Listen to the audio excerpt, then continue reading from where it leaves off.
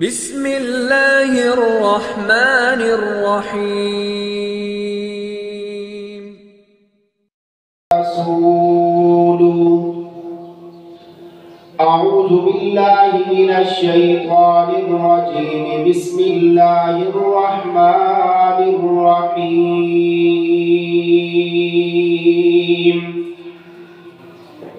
والذاکرین اللہ کثیرا والذاکرات أعد الله لهم مغفرة وأجرا عظيما صدق الله العظيم وصدق رسوله النبي الكريم ونحن على ذلك من الشاهدين والشاكرين والحمد لله رب العالمين اللهم صل على محمد وعلى آل محمد كما صليت على إبراهيم وعلى آل إبراهيم إنك حميد مجيد اللهم بارك على محمد وعلى آل محمد كما باركت على إبراهيم وعلى آل إبراهيم إنك حميد مجيد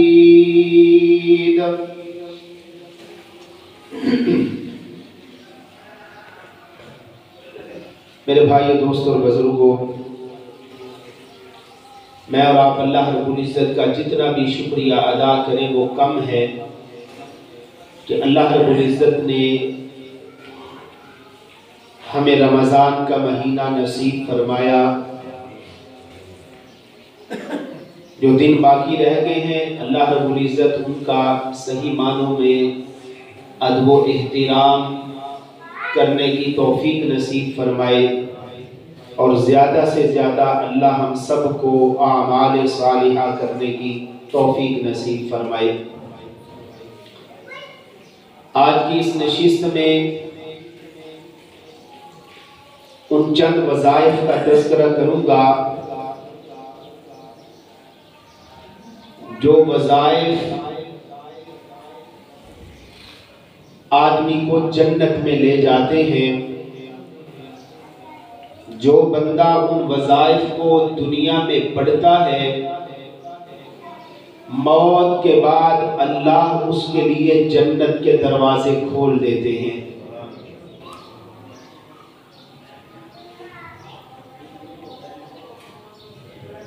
سب سے پہلے یہ بات ذہن میں رکھیں، جب بھی ہم کوئی وظیفہ پڑھتے ہیں اس وظیفے سے دو فائدے مجھے اور آپ کو حاصل ہونے چاہیے، اور ان کے اوپر بہت زیادہ توجہ دینے کی بھی ضرورت ہے۔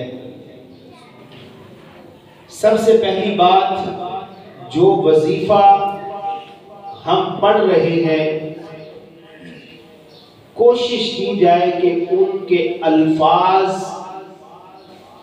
اچھے طریقے سے پڑھے جائیں، اور پھر کچھ نہ کچھ ان کے معنی اور مفہوم کا بھی بندے کو پتہ ہونا چاہیے۔ جب بندے کو پتہ ہوگا کہ میرے الفاظ بھی ٹھیک ہیں اور اس کا ترجمہ یہ بنتا ہے، اس کا خلاصہ یہ بنتا ہے، تو پھر آدمی کو وہ الفاظ اور وہ وظائف پڑھنے کا بہت زیادہ لطف آئے گا۔ میں نے کئی دفعہ کہا یہ سبحانک اللہم وبحمدک وتبارک اسمک وتعالی جدک ولا الہ غیرک، یہ نماز میں ہم ابتدا میں پڑھتے ہیں، اس کو ثنا کہتے ہیں۔ تو اتنے خوبصورت الفاظ اور اتنا خوبصورت ترجمہ ہے ان الفاظ کا میں اور آپ اگر ان الفاظ کو صحیح کر کے پڑھیں اور پھر ان کا ترجمہ یاد کریں تو یقین جانیے ہمیں نماز پڑھنے کا بڑا لطف آئے گا۔ تو سب سے پہلی بات یہ ہے کہ جو بھی وظیفہ ہم پڑھتے ہیں اس کے مطابق ہمارا عقیدہ اور نظریہ بھی ہونا چاہیے۔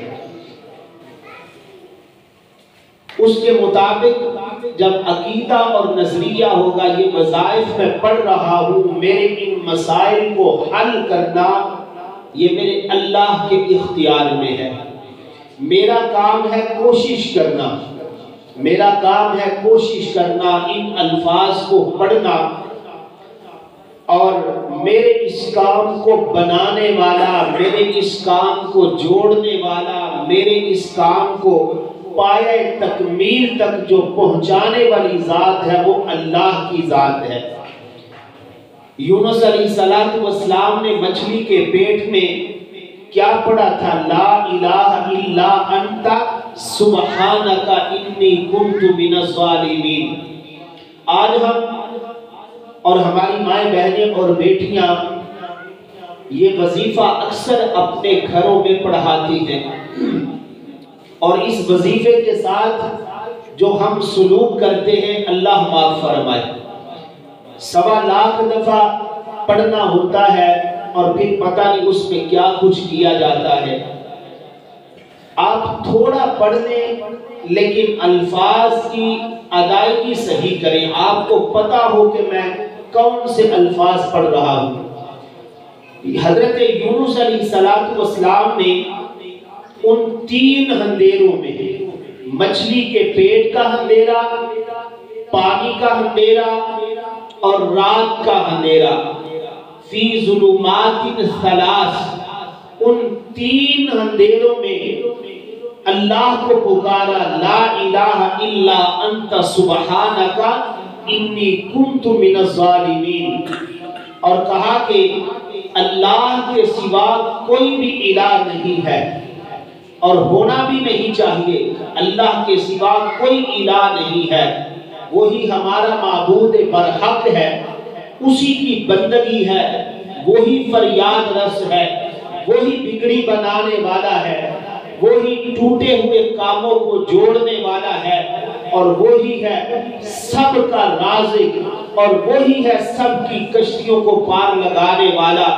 اور جب یہ وظیفہ ہم پڑھیں، کوئی بھی وظیفہ ہو تو ہمارے اوپر کوئی پریشانی ہے، کوئی بیماری ہے، کوئی مصیبت ہے، تو سب سے پہلی بنیادی بات یہ ذہن میں رکھے کہ میری ان تکلیفوں کو دور کرنے والی ذات ہے تو وہ اللہ کی ذات ہے۔ اور دوسرا اس وظیفے سے جو مجھے اور آپ کو فائدہ حاصل کرنا چاہیے وہ یہ ہے کہ ہمارے عمل کی اصلاح ہو جائے، ہمارے اندر بہتری آ جائے۔ یہ جو ہم اللہ کا تذکرہ کرتے ہیں، اللہ کے ناموں کو پڑھتے ہیں، وظیفے پڑھتے ہیں، اللہ کے نام میں بڑی طاقت ہے، وہ سبحان اللہ کی صورت میں ہو، وہ الحمدللہ کی صورت میں ہو، وہ اللہ اکبر کی صورت میں ہو، وہ استغفر اللہ کی صورت میں ہو، وہ یا رحمان یا رحیم یا کریم یا لطیف یا ودود، اللہ کے کسی نام کی صورت میں بھی کوئی وظیفہ ہو، جب آپ پڑھتے ہیں نا اس اللہ کے نام میں بڑی طاقت ہے۔ اب نماز میں کتنی دفعہ ہم کہتے ہیں اللہ اکبر اللہ اکبر، بندہ اس کی گہرائی میں جائے کہ یہ کلمات کتنے خوبصورت ہیں، اور ان کلمات میں ہر چیز بند ہے، اور یہ الفاظ یہ دہائی دے رہے ہیں کہ کائنات والو سن لو، ساری کائنات چھوٹی ہے، اللہ سب سے بڑا ہے۔ تو جب بھی وَلِلَّهِ الْأَسْمَاءُ الْحُسْنَى، قرآن حکیم میں فرمایا کہ اللہ کے سارے نام ہی اچھے ہیں، آپ اللہ کو کسی نام سے بھی پکار لیں، رحمان کہہ کے، رحیم کہہ کے، کریم کہہ کے، جس نام سے بھی آپ اللہ کو پکاریں گے یہ اسم اعظم ہے۔ آپ بعض دفعہ جاتے ہیں کسی کے پاس، ہمیں اسم اعظم بتائیں، اسم اعظم کے بڑے فوائد ہیں۔ میرے اللہ کے سارے نام اسم اعظم ہیں، میں اللہ کی رحمت کے اوپر کامل بھروسہ کرتے ہوئے آپ کو دعوت دے رہا ہوں، آپ اللہ کا کوئی نام بھی لے لیں اور اس کو زندگی کا وظیفہ بنا لیں۔ اللہ کی رحمت سے رزق کی تنگی ہے تو اللہ اس کو فراوانیوں میں تبدیل کر دیں گے، بیماری ہے تو اللہ شفا میں تبدیل کر دیں گے، اور اللہ تنگ دستی کو جو ہے وہ ختم کر دیں گے۔ تو اس لیے جب بھی وظائف کو پڑھیں تو سب سے پہلی بنیادی چیز یہ ذہن میں رکھیں کہ اس سے فائدہ یہ ہے کہ میری ان مصیبتوں کو دور کرنے والی اللہ کی ذات ہے، اور دوسرا یہ جو میں وظیفہ پڑھ رہا ہوں اس کے ذریعے سے میرے دل کا زنگ اتر جائے، میں زیادہ سے زیادہ اعمال صالحہ کرنے والا بن جاؤں۔ اور چند ایسے وظائف ہیں، اصل میں ہماری محنت کسی اور کام کے اوپر ہو رہی ہے، ہماری محنت جو ہے ہمیں یہ ایک جہان جو نظر آ رہا ہے، اس سے بھی بڑے کئی جہاں ہمارے دل کے اندر آباد ہیں۔ اس دنیا سے بڑی دنیا ہم نے اپنے دل میں آباد کی ہوئی ہے، کئی منصوبے ہیں، کئی پروگرام ہیں ہمارے دل کے اندر۔ تو میرے بھائیوں، جہاں پہ ہمارے دل میں اور بہت سارے منصوبہ جات ہیں، وہاں اپنے دل میں یہ بھی منصوبہ بنا کے رکھیں کہ اللہ مجھے جنت میں داخل فرما دے، اللہ مجھے جنت الفردوس میں جو ہے وہ داخل فرمائے، اور اللہ مجھے جہنم کی آگ سے جو ہے وہ محفوظ فرما لے۔ رسول اکرم صلی اللہ علیہ وسلم نے ارشاد فرمایا صحابہ میں تمہیں بتاؤں کہ جنت کتنی قریب ہے۔ آج ہم محسوس کرتے ہیں یار ہم نے مرنا ہے، پھر حساب کتاب ہے، پھر پل صراط ہے، پھر لمبا چوڑا سفر طے کر کے پھر جنت اور جہنم ہے۔ نبی مہربان صلی اللہ علیہ وسلم نے ارشاد فرمایا صحابہ تمہاری جوتی کا تسمہ اتنا قریب نہیں ہے جتنی جنت اور جہنم بندے کے قریب ہوتی ہے، لیکن اس کے لیے جنت کو حاصل کرنے کے لیے محنت نہیں ہو رہی، جہنم کی آگ سے بچنے کے لیے جو ہے وہ محنت نہیں ہو رہی۔ اور یاد رکھیے گا آج ہم اس دنیا کو جنت بنا کے بیٹھے ہوئے ہیں اور دنیا کی بہت ساری چیزوں کو جو ہے وہ جنت سمجھ کے بیٹھے ہوئے ہیں۔ یاد رکھیے گا جنت کی ایک پتی، جنت کا ایک ذرہ ساری دنیا کی چیزیں بھی مل کر جنت کی ایک پتی کا اور ایک ذرے کا مقابلہ بھی نہیں کر سکتی۔ اور ہم اس دنیا، یہ دنیا کی مثال ایک پتی کی طرح ہے، یعنی ایک پتا ہے، آپ دیکھتے ہیں کیسے وہ ہوا میں اڑتا ہے، کیسے کروٹیں بدلتا ہے اور کیسے زمین کے اوپر گرتا ہے، پھر کسی کونے میں چلا جاتا ہے۔ ہم اس پتی کے پیچھے لگ کر ایک خوبصورت گلشن، اور وہ ہے جنت کا گلشن، جس کو ہم سب ویران کر رہے ہیں۔ تو ہماری محنت جو ہے وہ غلط کاموں کے اوپر ہو رہی ہے۔ تو نبی محترم صلی اللہ علیہ وسلم نے فرمایا صحابہ اتنا جوتے کا تسمہ تمہارے قریب نہیں ہے جتنی جنت اور جہنم جو ہے وہ آدمی کے قریب ہے۔ تو جنت کو حاصل کرنے کے لیے محنت ہونی چاہیے۔ تو فرمایا کہ چند وظائف ایسے ہیں اگر کوئی بندہ ان کو پڑھ لیتا ہے، اور قرآن حکیم نے فرمایا وَالذَّاكِرِينَ اللَّهَ كَثِيرًا وَالذَّاكِرَاتِ، وہ ذکر کرنے والے مرد ہوں، وہ ذکر کرنے والی عورتیں ہوں، اور عورتوں کے اوپر اللہ رب العزت نے مرد کو فضیلت دے رکھی ہے، میں نے گزشتہ جمعہ میں بھی کہا تھا، لیکن اس معاملہ میں کوئی پابندی نہیں ہے۔ عورت نیکیاں کرتے کرتے مردوں سے بھی آگے نکل جائے، اس میں شریعت نے جو ہے وہ کوئی پابندی نہیں لگائی۔ تو اس لیے فرمایا کہ اللہ رب العزت نے ذکر کرنے والے مردوں کے لیے اور ذکر کرنے والی عورتوں کے لیے اعد اللہ لہم مغفرۃ و اجرا عظیما، خدارا یہ ایام بڑے قیمتی ہیں، یہ رمضان کا مہینہ یہ بڑی عظمتوں والا، بڑی رحمتوں والا مہینہ ہے۔ اس مہینے کو نیند کی نظر نہ کریں، اس مہینے کو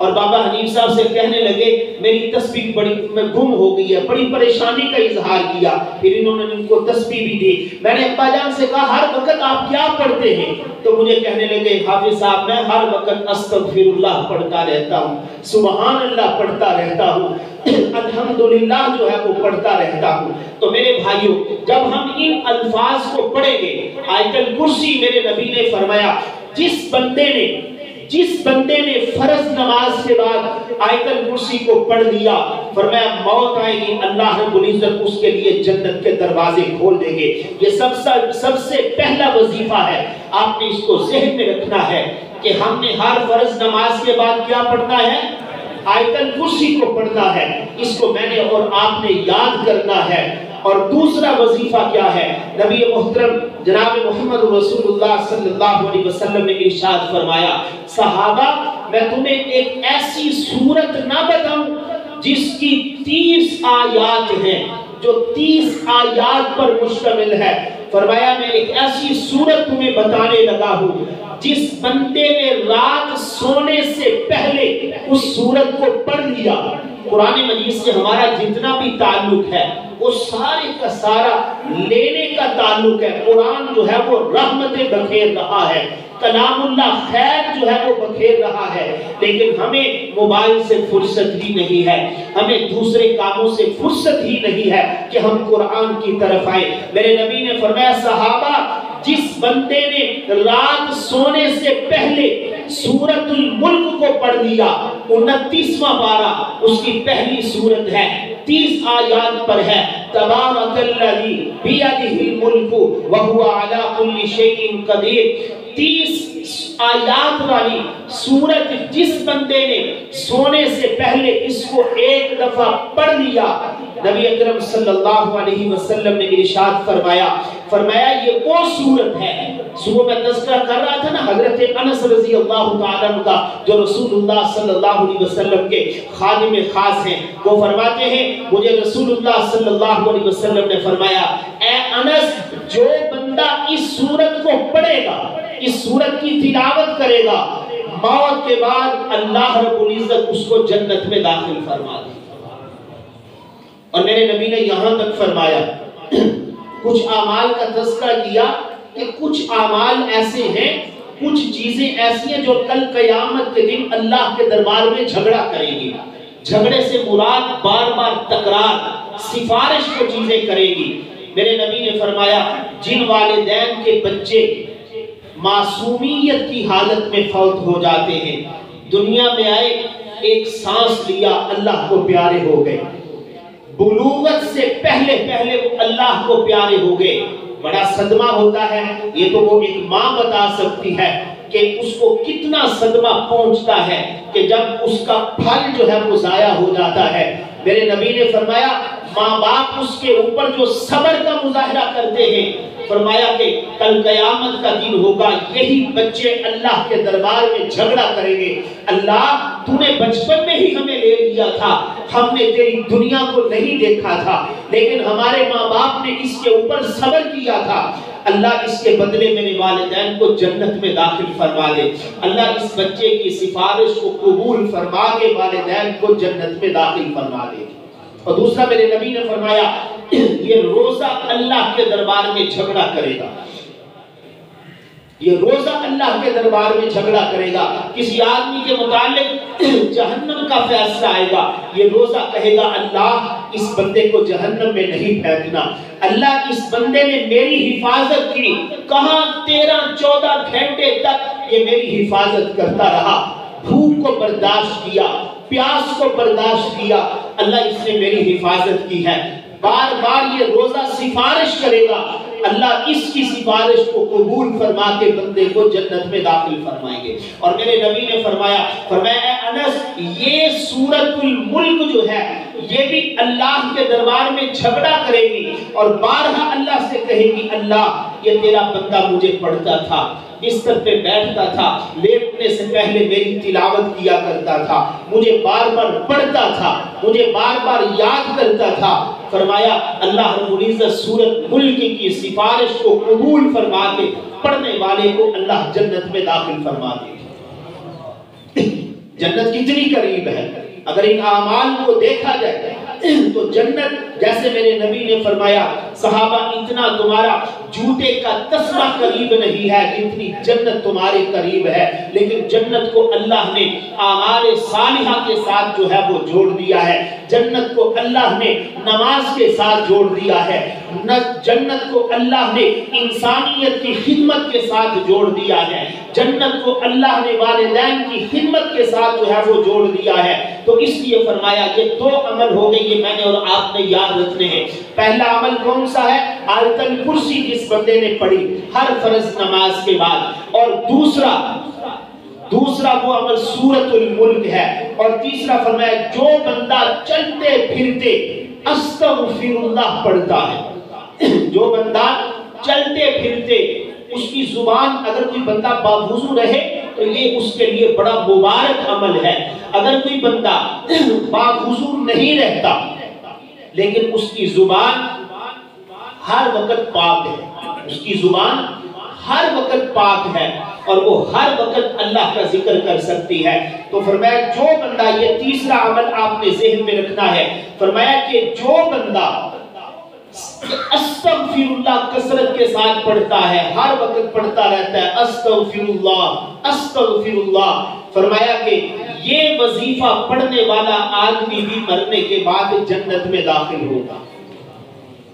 اب دیکھیں کوئی مشکل کام ہے، جیسے میں کہہ رہا تھا میں نے اپنے ابا جان کو دیکھا ہمیشہ استغفر اللہ پڑھتے رہتے تھے، ہمیشہ استغفر اللہ پڑھتے رہتے تھے اور اللہ کی محبت میں ڈوب کے پڑے کہ یہ کائنات کے بادشاہ کا میں تذکرہ کر رہا ہوں، کائنات کے بادشاہ کا میں نام لے رہا ہوں، کائنات کا جو حقیقی مالک ہے، جو حقیقی معبود ہے، میں اس کا تذکرہ کر رہا ہوں. جتنے انہماک کے ساتھ، جتنی محبت میں ڈوب کے آپ اللہ کا نام بلند کریں گے، اللہ کا تذکرہ کریں گے، اتنی ہی لذتیں، حلاوتیں، مٹھاس اللہ رب العزت جو ہے وہ آپ کو نصیب فرما دیں گے. چوتھا عمل فرمایا کہ جس بندے نے اللہ کے ناموں کو یاد کر لیا، اللہ کے ناموں کو یاد کر لیا، یہ مشہور ہے کہ تقریباً جو ہے وہ 99 نام ہیں اللہ کے. جو بندہ ان کو یاد کر لیتا ہے، جو بندہ ان کو یاد کر لیتا ہے، کوشش کریں، بڑا مزہ آئے گا، بڑا لطف آئے گا، آپ اللہ کے تذکرے کرنے والے بن جائیں گے. اللہ کا جیسے میں نے آیت پڑھی وَالذَّاكِرِينَ اللَّهَ كَثِيرًا وَالذَّاكِرَاتِ أَعَدَّ اللَّهُ لَهُمْ مَغْفِرَةً وَأَجْرًا عَظِيمًا. اللہ کا ذکر کرنے والوں کے لیے کتنا بڑا انعام ہے. اللہ کہتے ہیں میں نے ان کی مغفرت کا اعلان کر دیا ہے. یہ اللہ کی طرف سے مغفرت کا، معافی کا سرٹیفکیٹ مجھے اور آپ کو مل رہا ہے، لیکن اس کے لیے مجھے اور آپ کو محنت کی ضرورت ہے. تو فرمایا جو بندہ اللہ کے ناموں کو یاد کر لیتا ہے، اللہ کے ناموں کو کثرت کے ساتھ پڑھتا ہے، فرمایا جو ہی اس کے اوپر موت آئے گی اللہ رب العزت جو ہے اسے جنت میں داخل فرمائیں گے. اور اس کے بعد فرمایا کہ جو بندہ یہ پڑھتا ہے رضیت باللہ ربا، رضیت باللہ ربا وبالاسلام دینا وبمحمد رسولا، فرمایا کہ جو بندہ یہ الفاظ پڑھتا ہے، اگر اس کو عربی نہیں آتی تو اتنے الفاظ کہہ دے کہ جس نے یہ کہا کہ میں اللہ کو داتا مان کے، اللہ کو معبود مان کے میں اس کے اوپر راضی ہوں. ہمارا اللہ معبود ہے، ہم سب اس کے اوپر راضی ہیں. سب کہیے الحمدللہ، سب کہیے الحمدللہ.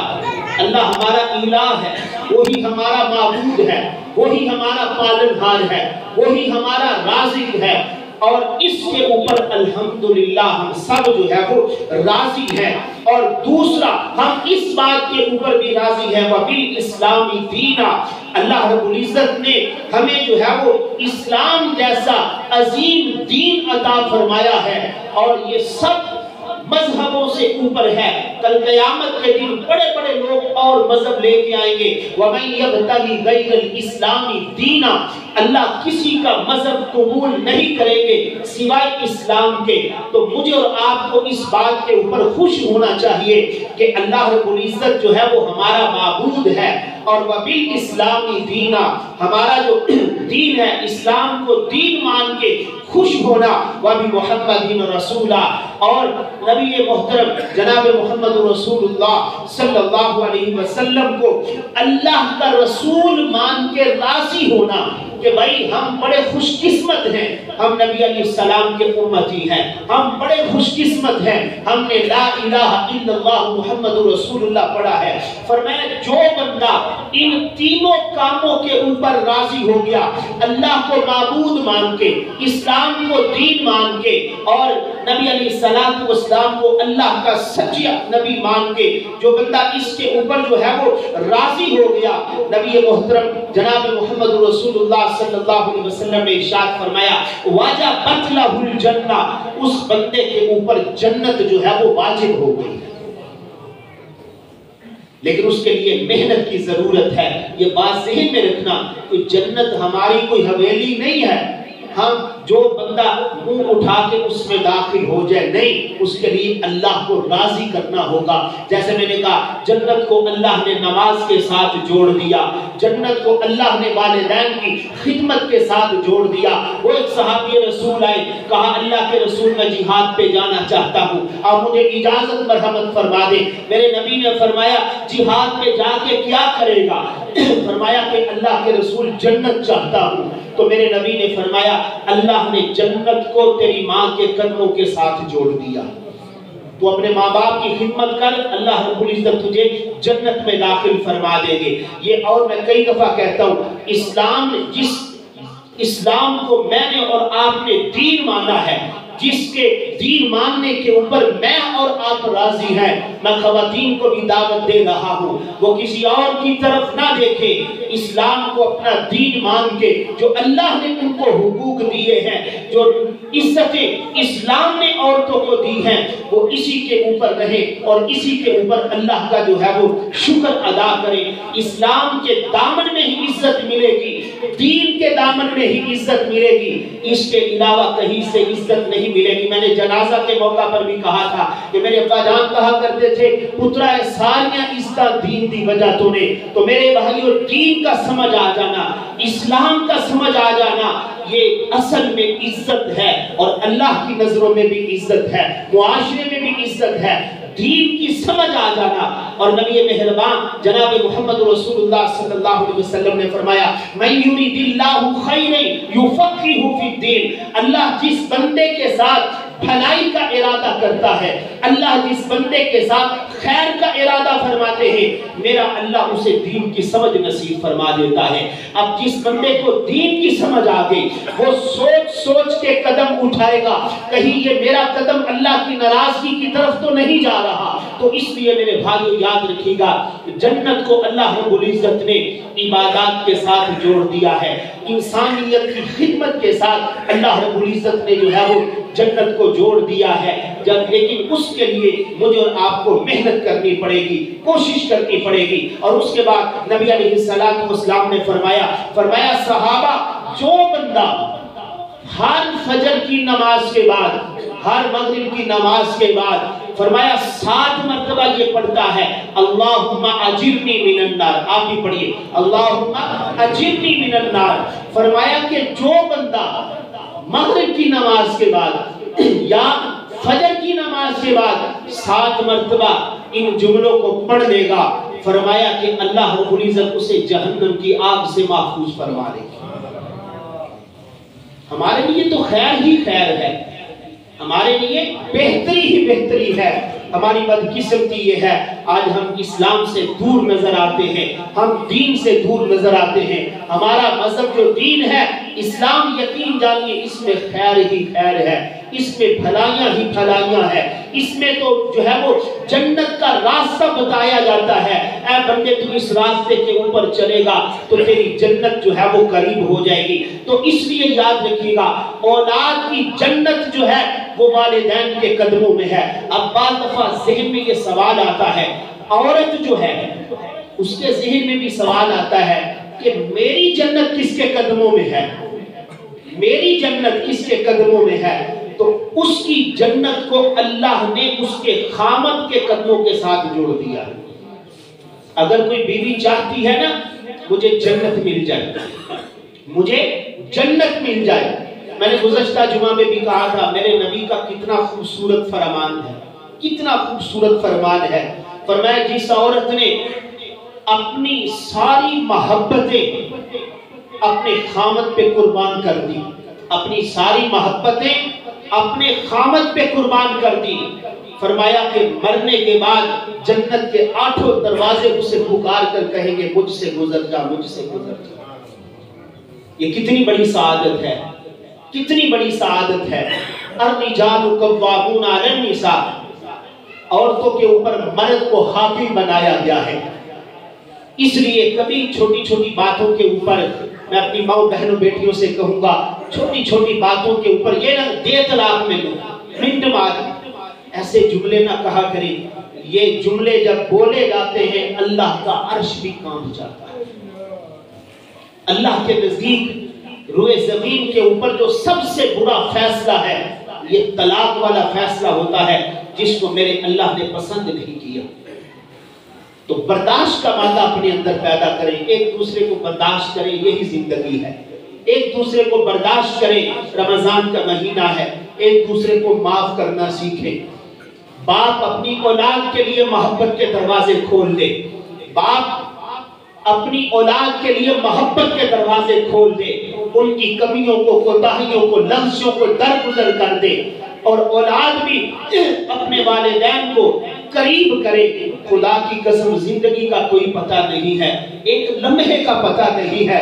میرے نبی نے فرمایا ابو بکر تم نے موت کو کیسے دیکھا، موت کو کتنا قریب پایا، عمر تو نے موت کو کتنا قریب پایا۔ حضرت ابو بکر کہتے ہیں اللہ کے رسول میں فجر پڑھتا ہوں تو پتہ نہیں ظہر نصیب ہونی ہے یا نہیں۔ عمر تم نے کیسا پایا؟ اللہ کے رسول میں ظہر پڑھتا ہوں پتہ نہیں عصر نصیب ہونی ہے یا نہیں۔ میرے نبی نے فرمایا میں نے موت کو اتنا قریب پایا، میں نماز پڑھتا ہوں، جب میں نماز میں کہتا ہوں السلام علیکم ورحمت اللہ، جب میں ایک طرف سلام پھیرتا ہوں تو پتہ نہیں دوسری طرف سلام پھیرنے کا موقع ملنا ہے یا نہیں۔ یہی زندگی ہے میرے بھائیوں، کوئی پتہ نہیں ہے۔ وما تدری نفس ماذا تکسب غدا، کل کیا ہونے والا ہے۔ وما تدری نفس بأي ارض تموت، کسی کو کیا پتا۔ جو گزشتہ سال ہمارے ساتھ لوگ موجود تھے انہیں پتا تھا یہ رمضان کا مہینہ ہمیں نصیب نہیں ہونا۔ میں نے اسی بھی تذکرہ کیا، ہمارے نمازی تھے بھائی محمد اکرام مغل صاحب، اور ایسے ہی ہمارے اس گلی کے نمازی تھے بھائی محمد اکرم صاحب۔ ان کو پتا تھا کہ ہم نے آئندہ رمضان میں نہیں ہونا۔ میں دیکھ رہا تھا صفوں میں میرے والد محترم جو ہے گزشتہ سے گزشتہ جمعہ یہاں پہ بیٹھے ہوئے تھے، اللہ کو پیارے ہو گئے، انہیں پتا تھا میں نے نہیں ہونا۔ میرے بھائیوں ایک لمحے کا پتہ نہیں ہے۔ اپنے معاملات کو درست رکھیں، اللہ کے ساتھ صلح کر لیں، اللہ سے معافی مانگ لیں، اور اللہ کے بندوں کے ساتھ بھی یہ نہ کبھی احسان کرنا میں بڑیاں نمازاں پڑھیاں نے، یہ میں نے اور آپ نے اللہ کے اوپر کوئی احسان نہیں کیا۔ میں اور آپ نماز پڑھ کے، زکوٰۃ دے کے، حج کر کے، رمضان کے روزے رکھ کے خدا کی قسم اللہ کے اوپر کوئی احسان نہیں کر رہے۔ یہ میں اور آپ اپنی منزلوں کو، آخرت کی منزلوں کو بہتر کر رہے ہیں۔ یہ میرا اور اللہ کا معاملہ ہے۔ بعض دفعہ ہم نمازی، بعض حضرات نماز کو پورا دین سمجھ لیتے ہیں، نماز کو پورا دین سمجھ لیتے ہیں۔ میں اللہ کا واسطہ دیتا ہوں نماز پورا دین نہیں ہے۔ کوئی بندہ روزہ رکھ لے وہ سمجھ لے میں پورے دین پہ چل رہا ہوں۔ رمضان کے روزے رکھنا پورا دین نہیں ہے، حج کرنا پورا دین نہیں ہے۔ یہ جس نے نماز کو ادا کیا وہ سمجھ لے میں نے دین کے ایک شعبے کے اوپر عمل کیا ہے۔ جس نے حج کیا ہے وہ سمجھے میں نے دین کے ایک شعبے کے اوپر عمل کیا ہے۔ جس نے زکوٰۃ دی ہے وہ سمجھے میں نے دین کے ایک شعبے کے اوپر عمل کیا ہے۔ اور جناب محمد رسول اللہ صلی اللہ علیہ وسلم کی پوری زندگی ہمارے لیے جو ہے وہ راہ مشعل راہ ہے اور ہمارے لیے جنت میں جانے کا راستہ ہے۔ میں اکثر یہی پیغام دیتا ہوں، ہمارے نبی کی پوری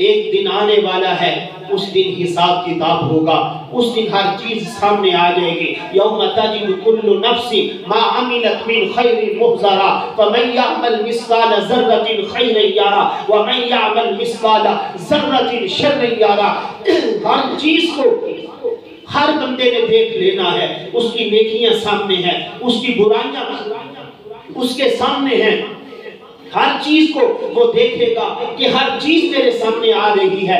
تو اس لیے من لا دین لہ ولا درہم لہ، کسی بندے کے پاس کوئی درہم نہیں ہوگا، کوئی دینار نہیں ہوگا، یہ نیکیوں والا پلڑا، نیکیوں والا ذخیرہ جو ہے وہ خالی ہو جائے گا۔ عبادات بھی ضرور کیجئے، عبادات کے بغیر گزارا نہیں ہے، وہ تو فرض ہے، وہ تو لازم ہے، لیکن اپنے معاملات کو بھی جو ہے وہ درست رکھیے۔ تو اس لیے جنت میں جانے والے وظائف کا میں نے تذکرہ کیا، آخری وظیفہ بتا کے میں بات کو ختم کر رہا ہوں۔ رسول اللہ صلی اللہ علیہ وسلم نے فرمایا کیس میں تمہیں ایک وظیفہ ایسا نہ بتاؤں جو جنت کے خزانوں میں ایک خزانہ ہے۔ وظائف یاد ہے نا؟ سب سے پہلا وظیفہ کون سا ہے جنت میں لے جانے والا؟ ہر فرض نماز کے بعد کیا پڑھنا ہے؟ آیت الکرسی، جزاک اللہ۔ دوسرا عمل کیا ہے؟ رات سونے سے پہلے سورۃ الملک پڑھنی ہے، پھر اس کے بعد استغفر اللہ کثرت کے ساتھ پڑھنا ہے، پھر اللہ کے ناموں کو جو ہے وہ یاد کرنا ہے، اللہم اجرنی من النار پڑھنا ہے۔ اور اب فرمایا کہ جس بندے نے فرمایا کیس میں تجھے ایک ایسا وظیفہ نہ بتاؤں جو جنت کے خزانوں میں سے ایک خزانہ ہے، جو جنت کے دروازوں میں سے ایک دروازہ ہے، جس وظیفے میں اللہ نے بڑی طاقت رکھی ہے۔